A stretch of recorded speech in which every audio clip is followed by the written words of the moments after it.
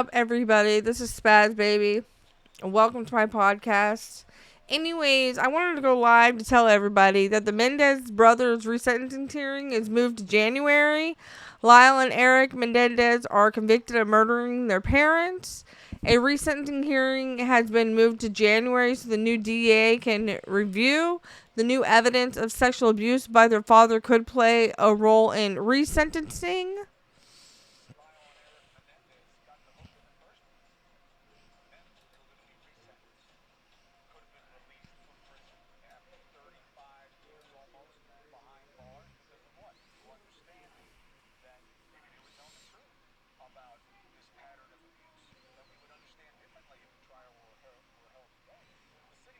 I'm right here listening.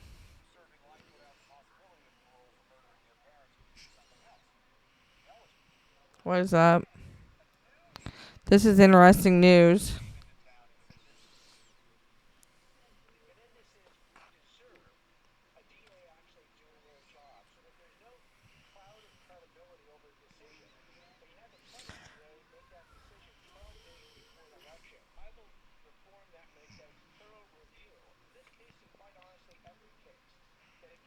It's interesting because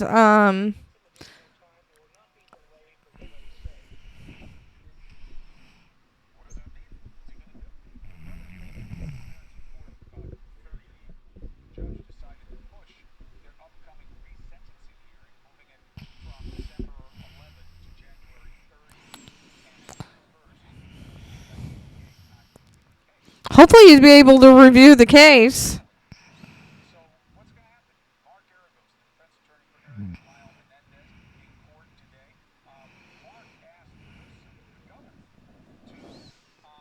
It hasn't been reviewed. Wow. First court date in 28 years. That's a long time.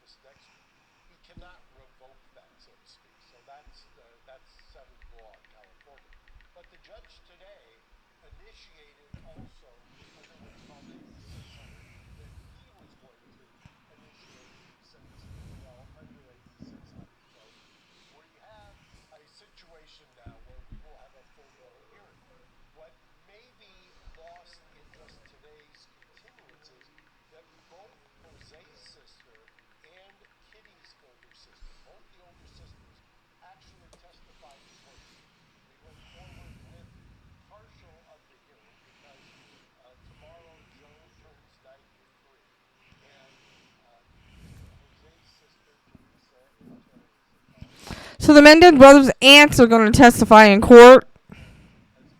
I wonder what they'll say about the case.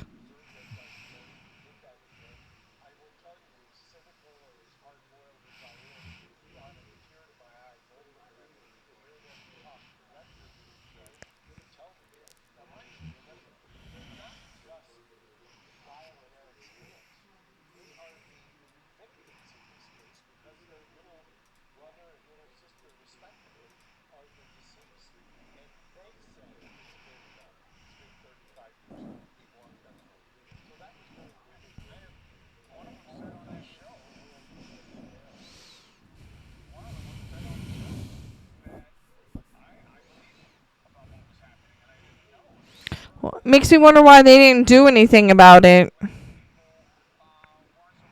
whenever they were originally arrested. It makes me wonder why more of the family members didn't come over to the court house and testify on their behalf.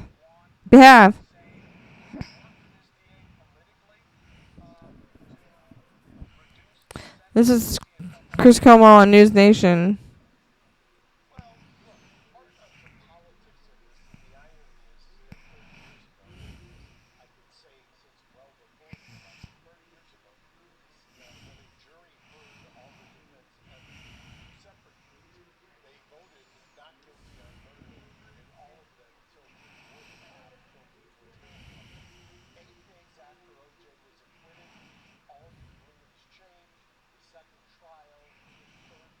Make sure you show the live also.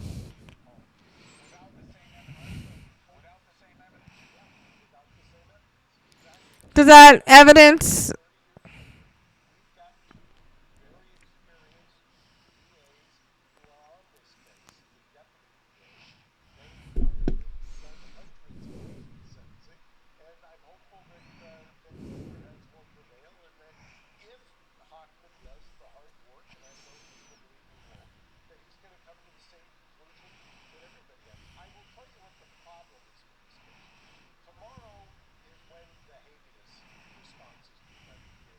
Oh, so tomorrow I'll have to go live to give an update about that.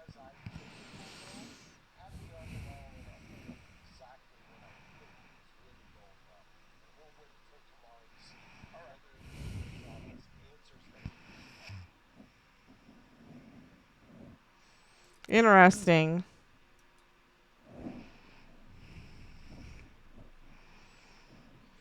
See, Eric and Lyle Mendez's efforts to reduce. Oh, they got ads coming up. So let's click on the CNN. The judge is delaying a resentencing hearing for the Menendez brothers. Judge in California has delayed his scheduled resentencing hearing for Lyle and Eric Menendez at the brothers' first hearing since they were sentenced to life in prison for murdering their parents in 1989 and the latest step in their bid to regain freedom. Los Angeles Superior Court Judge Michael Jasek, I don't know how to pronounce his last name, but said at a Monday status hearing the resentencing date originally scheduled for December 11th would be pushed to January 30th. He also said that he rescheduled the hearing to give the new district attorney time to review the case. Currently, Los Angeles County District Attorney George Gascon was resoundingly voted out of office earlier this month and will be replaced by Nathan Hochman next week. Gascon recommended its resentencing for the brothers in October, which could allow them to be released from prison after almost 30 years. The brothers, currently incarcerated in San Diego, appeared virtually for the status hearing.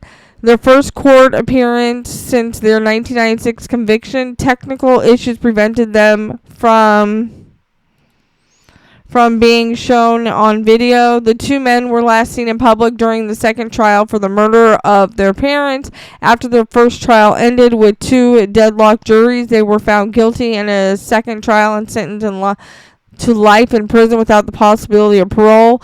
The judge imposed strict restrictions on the courtroom for Monday's hearing. No cameras were allowed in court. 16 seats in the court were offered to the public via lottery in the hours before the hearing, according to a news release from the Los Angeles Superior Court. Sisters of both victims testified in favor of resentencing the brothers Monday.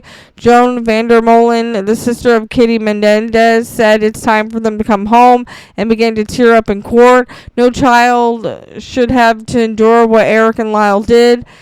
She said that the brothers' attorney, Mark Garagos, said will be celebrating her 93rd birthday Tuesday. Told the court no children should have to live in fear day by day that their dad would come and rape them. Jose Mendez's sister, Terry Baralt, 85, said she would like to hug them and see them and not have to sit in a jail to do so. Throughout their two trials, the brothers have not disputed they killed their parents. Instead, they argued they killed them in self-defense after suffering years of sexual, emotional, and physical abuse. Prosecutors, meanwhile, said the killings were premeditated, committed so the men would obtain their parents' multi-million-dollar estate. The push to re-examine the case began in 2023 when a Peacock docuseries featured another alleged victim saying he was raped by Jose Menendez, the brother's father. Attorneys for them to file the habeas petition, which tomorrow they're supposed to respond to that, so I'll go live and tell everybody the results of that. They asked the court to reconsider the conviction and sentence in light of new evidence from the other alleged victim and from a letter Eric wrote about the abuse prior to the killings. In October, Gascon filed a motion recommending a judge resentencing the siblings, which could allow them to be released immediately. Not only have they worked on their own self-improvement, but they have done a lot of work to better the life of those around them, which that part is unusual, Gascon told CNN. I believe they have served enough time. Speaking after the Monday hearings, Geragos said that he hoped that they would be released from prison at the end of January. Geragos described Vandermolen's and Rolf's testimony as extremely moving in an evening interview with CNN. The brothers are clearly not at risk for committing any violent act going forward, and the victims are here articulating under the California Constitution that they want them released, he said. If the brothers are released, they will likely continue to engage in prison rehabilitation and reform, Geragos said. I see them continuing to do that work. They both expressed that it's exactly what they would like to do and make it their life's work. Let me see if I can pull up the habeas. Nope, it doesn't say anything. It just shows that it's been filed. But anyways, I'll go live tomorrow and tell everybody the results of the habeas.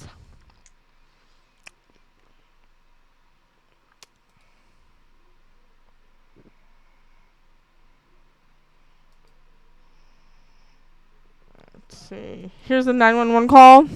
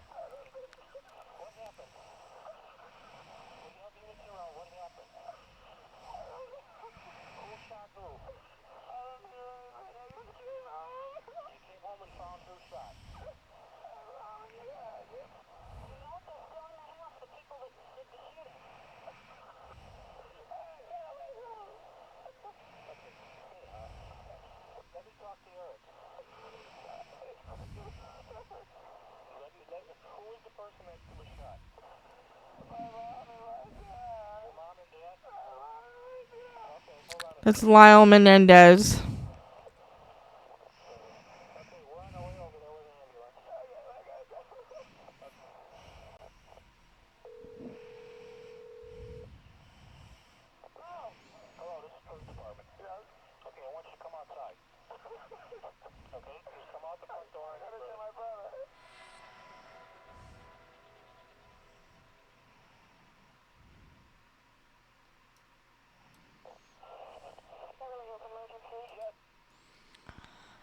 That's a 911 call and said someone killed my parents. I'm wondering why he didn't confess then at the time. They both went to trial in 1993, each with a separate jury. The proceedings were broadcasted on court TV. The brothers' defense attorney argued the brothers were afraid for their lives after experiencing years of abuse, especially at the hands of their father. Both defendants took the stand to testify about the abuse they experienced and said their father had threatened to kill them if they did not keep the abuse a secret. Prosecutors, meanwhile, argued the killings were planned in advance and that the brothers sought financial gain. Both juries deadlocked and could not come to a verdict. 1995, the brothers' retrial began, this time with one jury and no camera in the courtroom. Much of the defense evidence about the sexual abuse was excluded, which I don't understand why it was excluded. According to defense attorney, both brothers were convicted of first-degree murder and sentenced to life in prison without the possibility of parole. Since then, two men have been model prisoners by all accounts, Gascon said in an interview with CNN in October. The brothers have participated in victim impact programs, workshops, and events, and created multiple programs to help those in need around them, according to the resentencing motion filed by Gascon.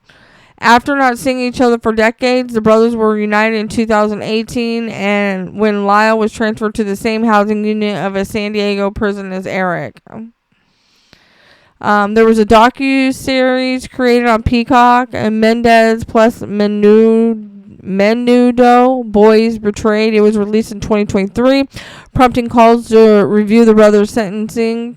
The series featured the account of Roy Rosello, a former member of the boy band Menudo, who claims he was raped by Jose Menendez, then the head of RCA Records in the mid-1980s when he was 13 or 14 years old.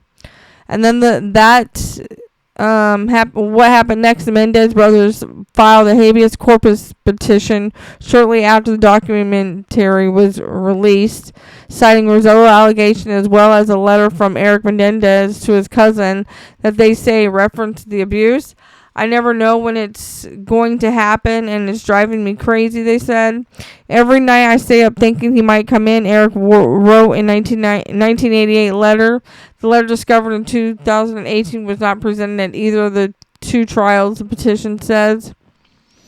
In October, Gascon recommended the brothers be resentenced, saying he supports the resentencing of the brothers to life with the possibility of parole, which normally would mean 50 years to life in prison, but because the crimes happened when the brothers were under 26 years old, under California law, they would be eligible for youthful parole. The district attorney said in October that shifting attitudes about sexual abuse and trauma have changed the public perception of the case. There's no question that the jury today would look at this case probably very differently than a jury did 35 years ago, he told CNN. I'm going to end that there. And I'm going to go live again tomorrow and go over the updates of the habeas to see what the results are. But I want to thank everybody for listening, and I will talk to everybody tomorrow.